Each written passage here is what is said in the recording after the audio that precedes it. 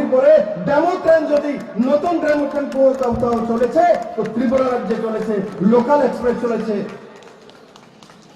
কত দেবে? তার সঙ্গে সঙ্গে দেওঘর যাওয়ার জন্য ঠাকুর বাড়িতে দেওঘর এক্সপ্রেসের ব্যবস্থা করেছে, যাতে দেওঘরে যাওয়ার ব্যবস্থা, তারও ব্যবস্থা নরেন্দ্র ভাই মোদী করেছে। কাউকে আন্দোলন করেছে, কেউ আন্দোলন করেছে। আর তার সঙ্গে সঙ্গে অল্টারনেটিভ রেলওয়ে লাইন তৈরি হচ্ছে, আখড়া হয়ে বাংলাদেশ হয়ে পশ্চিমবঙ্গ পর্যন্ত লাইন তৈরি হচ্ছে। তো আর ফর রেলওয়ে আর এ ফর এয়ারওয়েজ, আমি আগেই বললাম যে দিল্লি থেকে ডাইরেক্ট ফ্লাইট, 18টি ফ্লাইট। আর তার সঙ্গে সঙ্গে কিছুদিন আগে গুয়াহাটি আসামের মাননীয় মুখ্যমন্ত্রী সর্বানন্দ সোনোয়াল নর্থ ইস্টের জন্য এক নতুন উপহার নিয়ে এসে, মাননীয় প্রধানমন্ত্রীজির, গৃহমন্ত্রীজির সে স্বপ্ন যে কার্গো হয়ে ফ্লাইট, স্পাইস জেটের কার্গো ফ্লাইট আমাদের এখান থেকে যাবে, এখান থেকে কার্গোতে কি নিয়ে যাবে ফ্লাইটে? ত্রিপুরা নয়, নর্থ ইস্টের সমস্ত ক্যাপিটালের মধ্যে প্রতিদিন যাবে। আর এখানে সবজি, এখানে কুইন পাইনাপল, এখানের ফল, এখানের ফুল সেই ফ্লাইটে করে 2 ঘন্টার মধ্যে দিল্লিতে নিয়ে যাবে। আর দিল্লিতে বিক্রি করে এখানে কৃষকদেরকে ডাইরেক্ট পয়সা দেবে। তার ব্যবস্থা নরেন্দ্র ভাই মোদী করেছে। বন্ধুরা, কোনদিন কেউ কল্পনা করেছিল? আরে কোন পাতা ফসল উৎপাদনকারী কৃষক কোনদিন কল্পনা করেছিল যে এখান থেকে ফ্লাইটে তার সবজি সিধা দিল্লিতে চলে যাবে? এখান থেকে কোন ফুল চাষি কোনদিন কল্পনা করেছিল তো কার্গোতে তার ফুল ডাইরেক্ট দিল্লি, মুম্বাই, পুনেতে চলে যাবে? আজকে সরকার সেই দিশাতে কাজ করছে। নতুন ত্রিপুরা তৈরি হচ্ছে। এখন কাউকে আন্দোলন করতে হয় না, কাউকে রাস্তার নামতে হয় না, এক দিশা নিয়ে চলছে ত্রিপুরা। বন্ধুরা, আরেকটা বিষয়, আমরা ত্রিপুরাবাসী, আমরা ভারতবাসী, আমার মনে ব্যথা হয়, দীর্ঘ 25 বছরে এখনো তাদের সেই স্বভাব যায়নি। মাও সেতুংয়ের জন্মদিন পালন করা হয়, স্ট্যালিনের জন্মদিন পালন করা হয়, কিন্তু স্বামী বিবেকানন্দের জন্মদিন তাদের অফিসে পালন করা হয় না। সর্দার বল্লভভাই প্যাটেলের হয় না, জাতির জন্য মহাত্মা গান্ধীর হয় না। ত্রিপুরাবাসীকে বুঝতে হবে সেই বিষয়ে।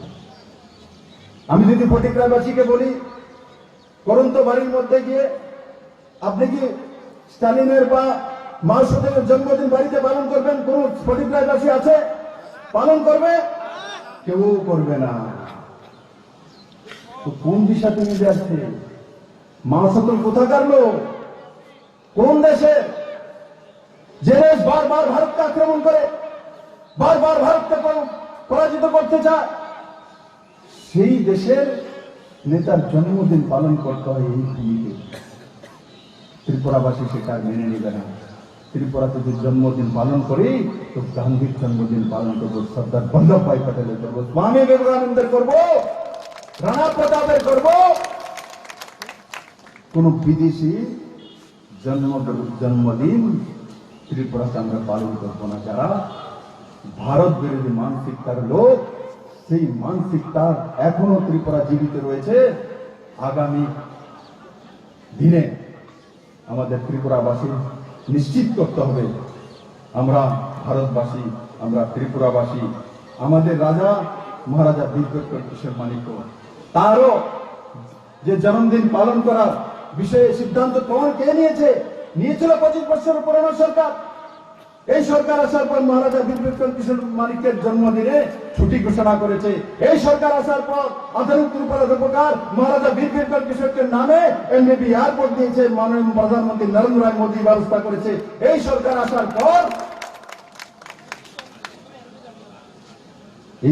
আসার পর জীবিতে যে নতুন ক্যান্সার ইনস্টিটিউশন হয়েছে তার নামকরণ অটল বিহারী ক্যান্সার ইনস্টিটিউশন রেখেছে। আজকে ত্রিপুরা নতুন দিশাতে চলছে।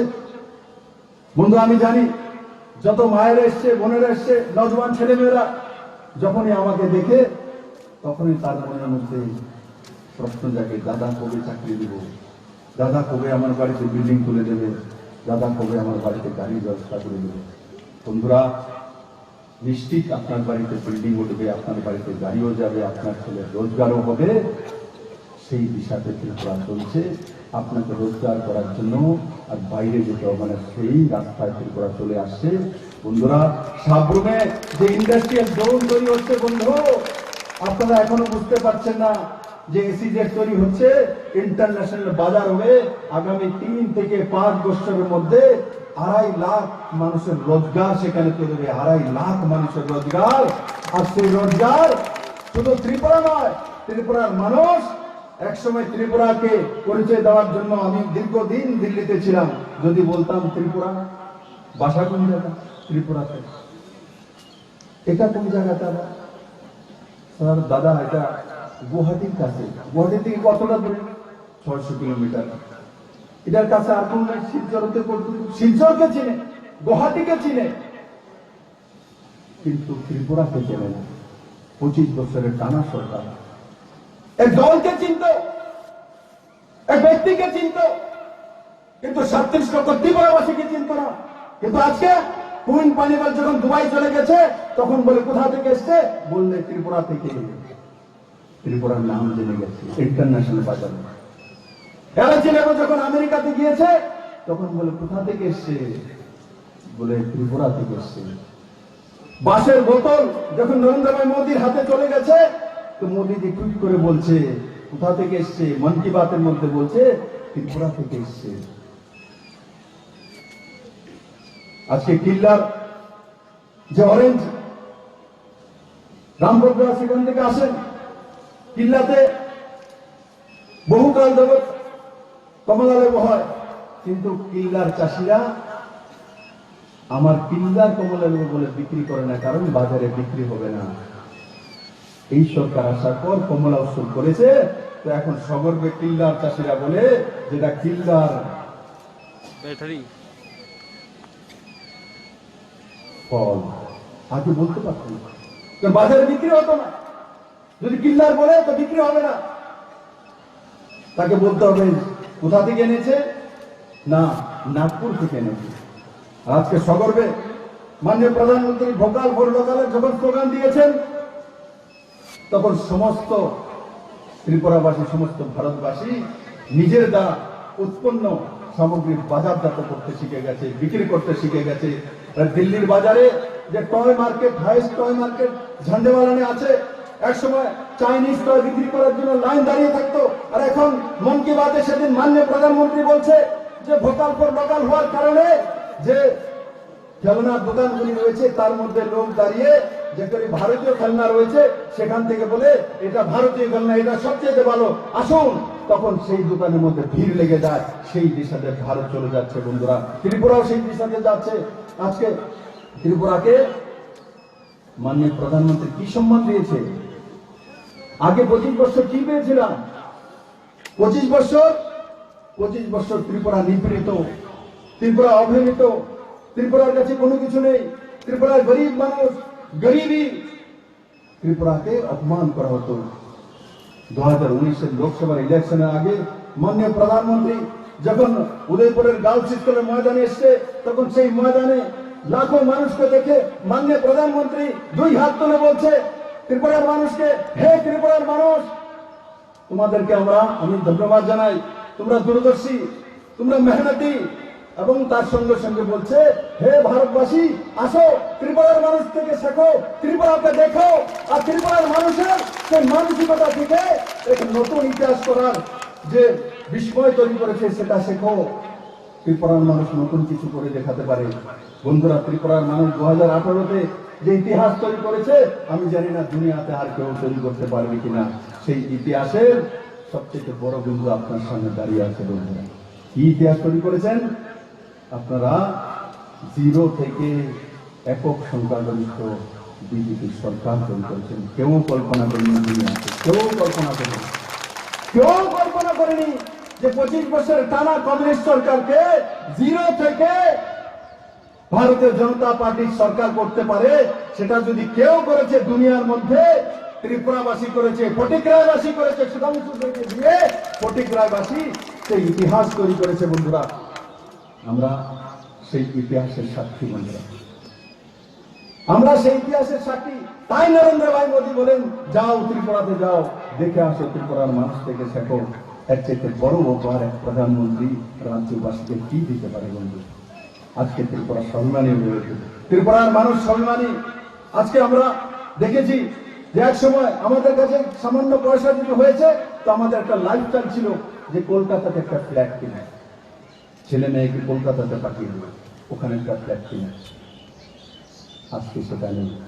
আজকে ফ্ল্যাট কোথায় তৈরি হচ্ছে? ত্রিপুরার কোনো মানুষ আর এখন কলকাতা গিয়ে ফ্ল্যাট কিনে না। কোথায় কেনে? ত্রিপুরাতেই এখন ২৫০০ নতুন ফ্ল্যাট, 14 মঞ্জিলা, 10 মঞ্জিলা কোথায় তৈরি হচ্ছে? আগরতলায় তৈরি হচ্ছে। মাননীয় প্রধানমন্ত্রীজি 1 তারিখে ত্রিপুরাতে লাইট হাউস দিয়েছে। কাদের জন্য দিয়েছে লাইট হাউস? কি লাইট হাউস? লাইট হাউস মানে কি? লাইট হাউস হচ্ছে অন্তিম ব্যক্তির জন্য ঘরের ব্যবস্থা। আর সেই ঘর কি? সেই ঘর সবচেয়ে আধুনিকতম ঘর, নিউজিল্যান্ডের ভূকম্প রোধক টেকনোলজিতে। আর সেই 1000 ফ্ল্যাট যে গ্রামনগরে তৈরি হবে আগরতলার বুকে, কাদের জন্য তৈরি হবে? অন্তিম ব্যক্তি গরিবদের জন্য তৈরি হবে। 16,25,000 টাকা এক ফ্ল্যাটের দাম। আর তার মধ্যে মাত্র 5 লাখ টাকা দিতে হবে বেনিফিশিয়ারিকে। বাকি টাকা কেন্দ্র এবং রাজ্য সরকার দেবে। মাত্র 5 লাখ টাকার বিনিময়ে আগরতলাতে লাইট হাউসে থাকবে বন্ধু ত্রিপুরার গরিবদের। সেই উপহার মাননীয় প্রধানমন্ত্রী দিয়েছে। কিন্তু 25 বছর টানা গরিব খেতমজুরের দোহাই দিয়ে যা করেছে, তারা 5,000 টাকার ফ্ল্যাটও কোন গরিবকে কোনোদিন দিতে পারেনি। আগরতলার বুকে 1000 ফ্ল্যাট কতদিনে তৈরি হবে? 1000 ফ্ল্যাট তৈরি হতে কতদিন সময় লাগবে বলুন তো? আপনাদের অনুমান কত বছর? হ্যাঁ, 5 বছর। এটা আগের সরকারের 5 বছর লাগতো, এই সরকারের লাগে না। 1000 ফ্ল্যাট কতদিনই তৈরি করবে এই সরকার? মাত্র 12 মাসে তৈরি করবে। 12 মাসে তৈরি করবে। ত্রিপুরা সেই বিষয়টা তৈরি গেছে। ফটিকরায়বাসী বলছে 5 বছরে তৈরি হবে, আর মোদী বলছে 1 বছরে সেই লাইট হাউস তৈরি হবে। আর সেই আধুনিকতম লাইট হাউসের মধ্যে কারা থাকবে? সমাজের অন্তিম ব্যক্তি, দীনদয়াল উপাধ্যায়ের অন্তিম ব্যক্তি থাকবে। মাত্র 5 লাখ টাকার বিনিময়ে থাকবে। তাতেও লোনের ব্যবস্থা টুটা করে দিয়েছে ত্রিপুরা সরকার। মাত্র 7% ইন্টারেস্টে তার ব্যবস্থা করা হয়েছে। আর সেই ফ্ল্যাট ত্রিপুরার কোন পুঁজিপুঁজি থাকার ব্যবস্থা নেই তার মধ্যে। ত্রিপুরাতে অনেক গ্যাজেটেড অফিসার আছে, ফার্স্ট ক্লাস অফিসার আছে, কোটিপতি আছে। ত্রিপুরার কোটিপতির কাছেও লাইট হাউসের থাকার ভাগ্য জোটেনি। ত্রিপুরাতে সবচেয়ে আধুনিকতম ঘরে থাকার ভাগ্য কার জুটেছে? সমাজের অন্তিম ব্যক্তির কাছে জুটেছে। আজকে ত্রিপুরা সেই দিশাতে চলে গেছে বন্ধুরা। আজকে সেই দিন চলে এসছে। ত্রিপুরা রাজ্যে যারা বড় বিজনেসম্যান আছে, বড় অর্থবান ব্যক্তি আছে, ওরা একদিন সেই ফ্ল্যাটে যাবে, সেই গরিবকে বলবে, আমাকে একদিন দেখো না, তোমার ঘরটা একটু দেখতাম। কারণ তার কাছে সেই ঘর নেই। আমির ব্যক্তির কাছে সেই টেকনোলজি নেই, সেই ঘর নেই ত্রিপুরাতে। ত্রিপুরার সবচেয়ে গরিব ব্যক্তির কাছে যেই ঘর হবে, ত্রিপুরার কোন ধনবান ব্যক্তির কাছে সেই ঘর নেই। নরেন্দ্র মোদী সেই দিশাতে কাজ করছেন। আর গরিবের দোহাই দিয়ে যারা 25 বছর টানা সরকার করেছিলেন, তারা সেই ব্যবস্থা করে দিতে পারেনি। যদি কেউ করেছে, সেটা নরেন্দ্র ভাই মোদী করে, সেই গরিবের মাসিয়া করেছে। আজকে ত্রিপুরা সেই দিশাতে চলছে বন্ধুরা। আমি যে বলছি, আমার নজওয়ান ছেলে মেয়েরা, ত্রিপুরা ছেড়ে কাউকে যেতে হবে না। ত্রিপুরা ছেড়ে কাউকে অন্য জায়গায় বিজনেস করতে হবে না। আগামী 3 থেকে 5 বছরের মধ্যে ত্রিপুরার মানুষ, ত্রিপুরার নজওয়ান ছেলে মেয়েরা অন্যকে রোজগার দেবে, সেই বিষয়তে ত্রিপুরা চলছে। আর এই সরকার আসার পর বিগত 2 বছরে প্রায় 96,000 রোজগারের ব্যবস্থা করছে। 96,000 রোজগারের ব্যবস্থা করেছে বন্ধু। তার মধ্যে সরকারি চাকরি আছে, কন্ট্রাকচুয়াল চাকরি আছে, তার মধ্যে চাকরি প্রসেসিং আছে, ডাইন হার্নেসের মাধ্যমে 700 চাকরির ব্যবস্থা আছে, তার টিআরআর এর মাধ্যমে চাকরির ব্যবস্থা রয়েছে, কমার্স এন্ড ইন্ডাস্ট্রির মাধ্যমে চাকরির ব্যবস্থা হয়েছে, স্কিল ডেভেলপমেন্টের মাধ্যমে চাকরির ব্যবস্থা হয়েছে। কিন্তু তারপরেও 22 লাখের মাধ্যমে নজওয়ান ইঞ্জিনিয়ার, এমবিএ করা, যে ছেলে মেয়ে আজকে রোজগার করা শিখে গেছে। বায়োফ্লক্সে 40,000 টাকা পুঁজি দিয়ে 3 মাসের মধ্যে কত টাকা রোজগার করছে? 80,000 টাকা রোজগার করছে ত্রিপুরার ছেলে মেয়েরা। আগামী 3 থেকে 4 বছরের মধ্যে আমরা ত্রিপুরাকে মাছের স্বয়ংসম্পূর্ণ করব, মাংসের স্বয়ংসম্পূর্ণ করব, ডিমের স্বয়ংসম্পূর্ণ করব। আর প্রাইমারি সেক্টরের গ্রোথ কত আছে? পুরনো সরকার থাকতে ত্রিপুরাতে এগ্রিকালচারের গ্রোথ কত ছিল? 25 বছরের টানা সরকার, খেতমজুরের সরকার বলতো, দোহাই দিত, কিন্তু তার এগ্রিকালচার গ্রোথ কত ছিল? 6.4% মাত্র, 6.4%। আর 2 বছরের মধ্যে নতুন সরকার আসার পর এই করোনার মধ্যে ত্রিপুরার এগ্রিকালচারের গ্রোথ কত আছে? ত্রিপুরাতে এগ্রিকালচারের গ্রোথ কত আছে? 13.5%, ডাবলের চেয়ে বেশি হয়েছে। 6.4% থেকে বেড়ে 13.5%, মানে কৃষকরা রোজগার করতে শিখে গেছে। বন্ধুরা, সেই বিষয়টা ত্রিপুরা ভারত সরকার মিলে কাজ করছে। আমি আশা করি পুরো ফটিকরায়ের যে ভৌগোলিক স্থিতি রয়েছে তার মধ্যে উন্নয়নের জন্য যা যা করা দরকার ত্রিপুরা সরকার করবে। আর ত্রিপুরা ছোট্ট রাজ্য, 10,400 বর্গ কিলোমিটারের মধ্যে ত্রিপুরা যে কোনো প্রান্তে যে কোনো ডেভেলপমেন্ট হোক, ত্রিপুরা প্রত্যেকটি মানুষ তার লাভ নিতে পারে। বন্ধুরা, ট্যুরিজমে ত্রিপুরা এক নতুন দিশা নিয়ে চলছে। ট্যুরিজম এমন একটা সেক্টর, যে সেক্টরের মধ্যে খুব তাড়াতাড়ি রোজগার আসতে পারে। আজকে ত্রিপুরাতে 5 স্টার হোটেল তৈরি হয়ে গেছে। আগামী কিছুদিনের মধ্যে আমি সেই হোটেল ইনঅপারেশন করার জন্য যাব। বন্ধু, কেউ কোনোদিন ফটিকরায়ের বাসী কল্পনা করেছিল যে ত্রিপুরাতে 5 স্টার হোটেল তৈরি হবে? আমি কয়েকটা জনসভাতে বলেছি। 98-এ আমি যখন দিল্লি গিয়েছি আর দিল্লি থেকে মুম্বাই গিয়েছিলাম, তখন তাজ হোটেলের সামনে দাঁড়িয়ে একটা ক্যামেরাম্যান দিয়ে একটা ফটো তুলেছিলাম। তাকে ওই সময় 50 টাকা দিয়েছিলাম, তৎক্ষণাৎ ফটো দিয়েছে। সেই ফটো নিয়ে আমি যখন জামগুড়িতে আমার গ্রামে এসেছি, সেই ফটো দেখার জন্য লোক এসছে যে এটা 5 স্টার হোটেল, কত ভাগ্যবান 5 স্টার হোটেলের সামনে দাঁড়িয়ে ফটো তুলে। আর আজকে 98 থেকে 2000 হয়ে গেছে। 2 বছরের মধ্যে সরকার আগরতলাতে 5 স্টার তৈরি করে দিয়েছে। আমার কোনো নজওয়ান ভাইকে ছবি তোলার জন্য কলকাতাতে যেতে হবে না, মুম্বাইতে যেতে হবে না। 5 স্টারের সামনে যদি ছবি তুলতে হয় তো তার নিজের রাজ্যে আগরতলাতে দাঁড়িয়ে করতে ছবি তুলতে পারবে। সেই বিষয়টা ত্রিপুরা করতে বলতে। আমি 5 স্টারের কথা তার জন্য বলি, 5 স্টার তখনই আসে যখন রাজ্যের উন্নয়ন হয়, ডেভেলপমেন্ট হয়। 100-150 কোটি টাকা লাগিয়ে কেউ হোটেল লাগাবে না যদি তার রোজগার না হয়। প্রাইভেট হোটেল, সরকারি হোটেল না বন্ধু। তো ত্রিপুরার মানুষের বোঝা উচিত যে ত্রিপুরা কি দিশাতে চলছে। আরে আগে তো ত্রিপুরাতে রেস্টুরেন্ট লাগানোর জন্য আসতো না।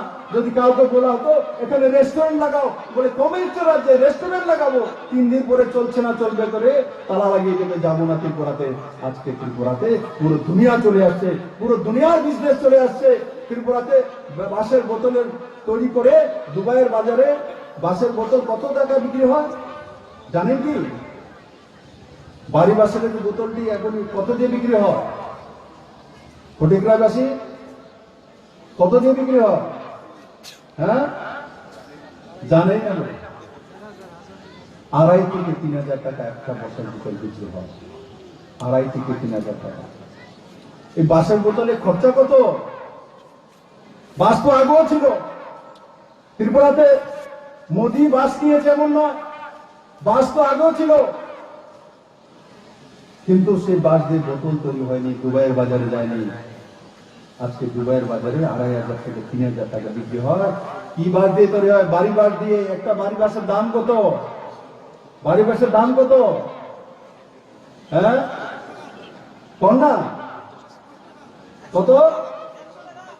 100 টাকা না? আমি বললাম যে 150 টাকায় একটা বাড়ি বাস যদি 150 টাকা হয়, একটা বাড়ি বাস দিয়ে 7 থেকে 8টা বোতল তৈরি করা যায়।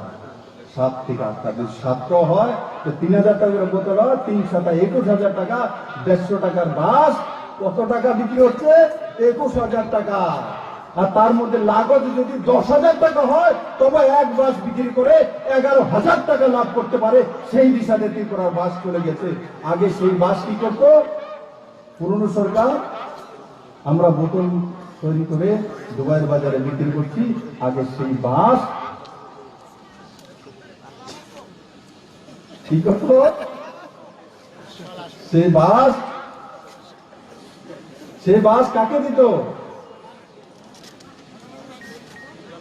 ত্রিপুরার জনতাকে লুণ্ঠন করার জন্য তার ব্যবহার হতে। আজকে ত্রিপুরা নতুন দিশায় চলছে বন্ধুরা। সে বাস হোক ত্রিপুরার, ডোলো বাস হোক, কনকগাছ বাস হোক, সে বারাক বাস হোক, বাসের ফলে চাল হোক, বাসকরল হোক, বাসকরলের বিস্কিট ইন্টারন্যাশনাল বাজারে চলে যাচ্ছে। বাসকরল দিয়ে বিস্কিট হবে কেউ কল্পনা করেছে? আজকে বাসকরলের বিস্কিট চলে যাচ্ছে। আর যখন বাসকরলের বিস্কিট যায় তখন মানুষ জিজ্ঞাসা করে কোথা থেকে এসছে, বলে ত্রিপুরা থেকে এসছে।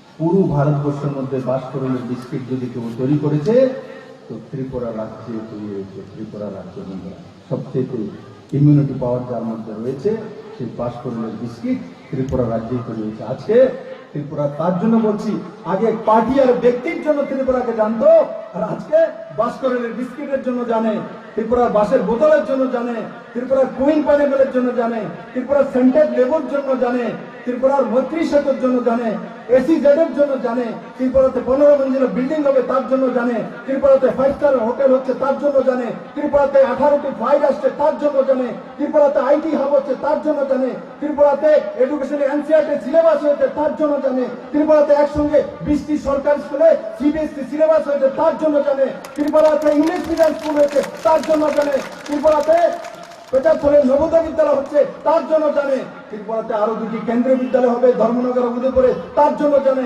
ত্রিপুরাতে যে NIT আছে তার র্যাঙ্কিং আগের চাইতে অনেক বেটার হয়ে গেছে তার জন্য জানে।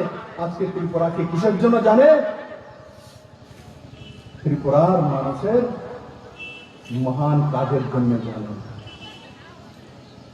বন্ধুরা, আমি আশা করি নরেন্দ্র ভাই মোদীর নেতৃত্বে যে বিকাশমুখী সরকার চলছে, সেই সরকার যেই দিশাতে কাজ করছে ত্রিপুরাও আমরা সেই দিশাতে কাজ করব। আর আমার সরকারের উপর, আমার ক্যাবিনেটের সাথীদের উপর এবং নির্বাচিত বিধায়কদের উপর আপনারা ভরসা রাখুন, ধৈর্য রাখুন।